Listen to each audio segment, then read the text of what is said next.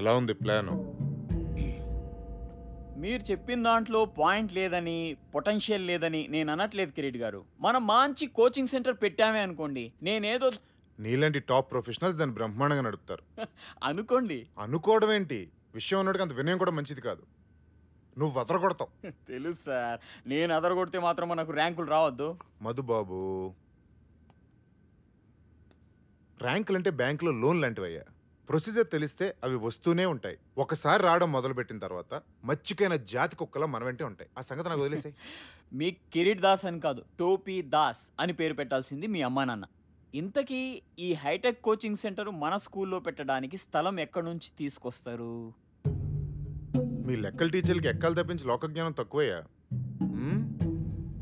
Golconda high school ఒకప్పుడు గొప్ప school అని చెప్పుకోవడానికి చరిత్ర అయితే ఉంది, కానీ చెప్పడానికి చెప్పట్టు తిరుగుతుంది. ఏదో మా ట్రస్టీల దేవాల ఐసీయూలో ఉంది, కానీ లేతే ఈ పాటికి అంత్యక్రియలే ఇక్కడ షాపింగ్ మాల్ రావాల్సింది తెలుసా. నేనే ఆపాను. ఎందుకు? మన కోచింగ్ మాల్ కట్టడానికి. మరి స్కూల్ కూల్ చేస్తారా?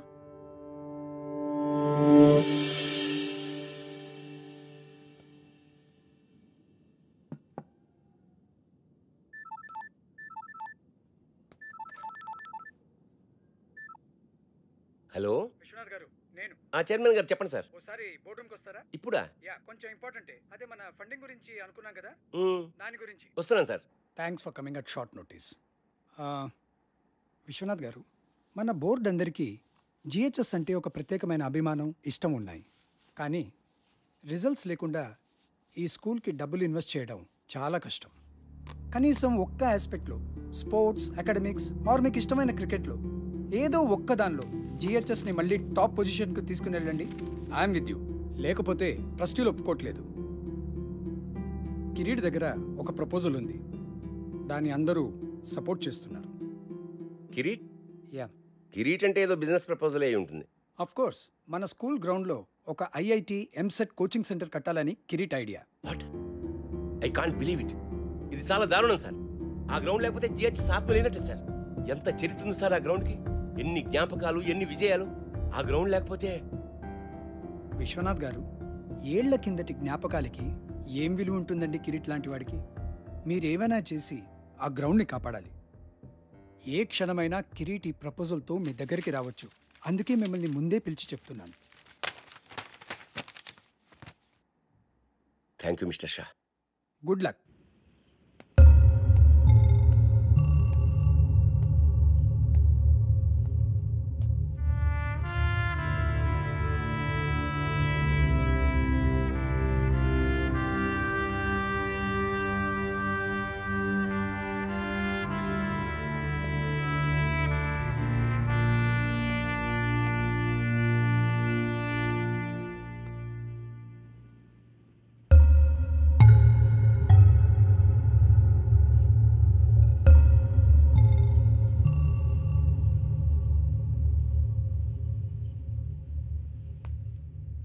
సాబ్, బోలు జనీమే.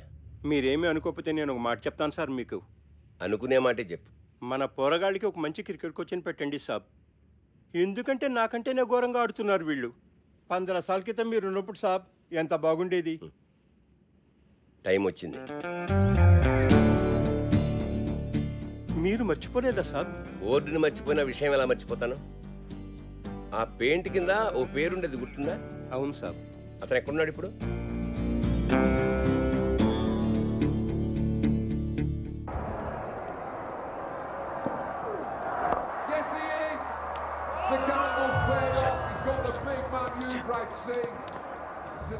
చూడు చూడరా మన వాళ్ళని. ఛాంపియన్స్ అన్నావుగా, ఒక్కడు కూడా బ్యాట్ పట్టుకోవడం రాదు. చెత్త టీం. బంగ్లాదేశ్, జింబాబే, కెన్యా అంటే తొడగొట్టేస్తారు. ఇక్కడికి రాగానే అన్ని జారుతాయి. ఫిక్సింగ్ మావా, ఫిక్సింగ్. అంతా పైసా.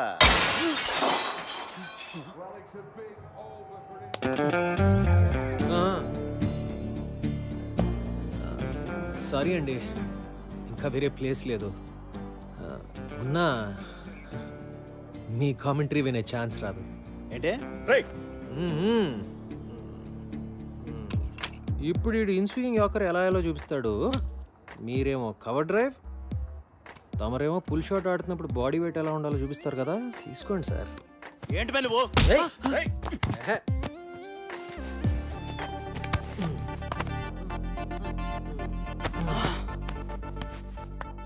మన దేశంలో ఒకటే ఒక జబ్బు బాబాయ్, తెలిసిన విషయం సరిగ్గా చేయకపోవటం, తెలియని విషయం గురించి అతిగా మాట్లాడటం. నిన్ను చూడడానికి మాత్రం చదువుకున్న వాళ్ళగా ఉన్నావు. అప్పటి నుంచి ఇండియా టీంని తిడుతూనే ఉన్నావు. నీకేం చెప్తే అర్థం అవుతుంది?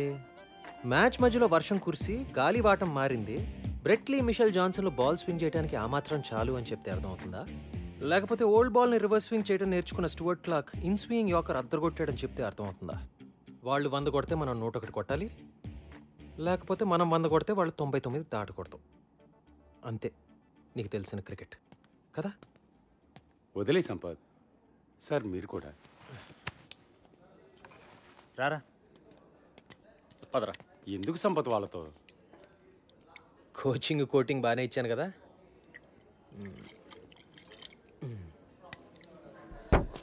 ఏయ్ జాగ్రత్త. Sorry about the table.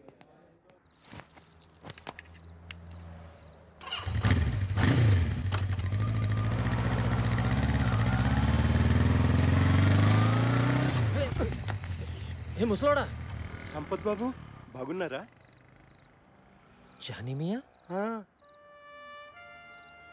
GHS Janimiya? అవును. ఏంటిలా? ఏంటి సార్?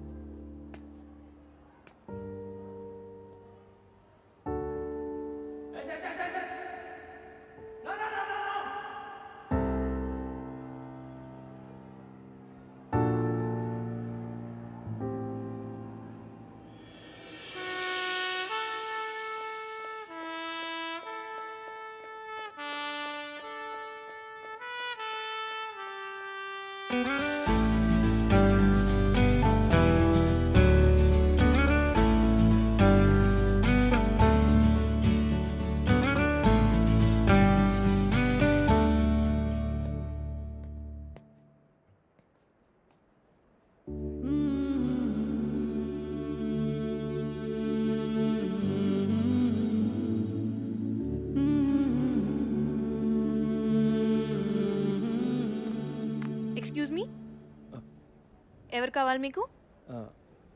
విశ్వనాథ్ గారు. ప్రిన్సిపల్ గారా? యా, నన్ను కలవమన్నారు. ఐఎమ్ సంపత్. ఓ, ఇలా వెళ్తే క్వాడ్రాంగిల్ వస్తుంది, ఎడం వైపు 2 తెలుసండి. మీరు అడ్డంగా నిలబడింది మా స్టాఫ్ రూమ్కి వెళ్ళే మెట్లని కూడా తెలుసా మీకు? సారీ. That's okay. మీరు ఇంగ్లీష్ టీచరా? మీకెలా తెలుసు? యూజువల్గా బాగుండేది వాళ్ళే కదా. క్వాడ్రాంగిల్, ప్రిన్సిపల్ మీకు తెలుసు కదా?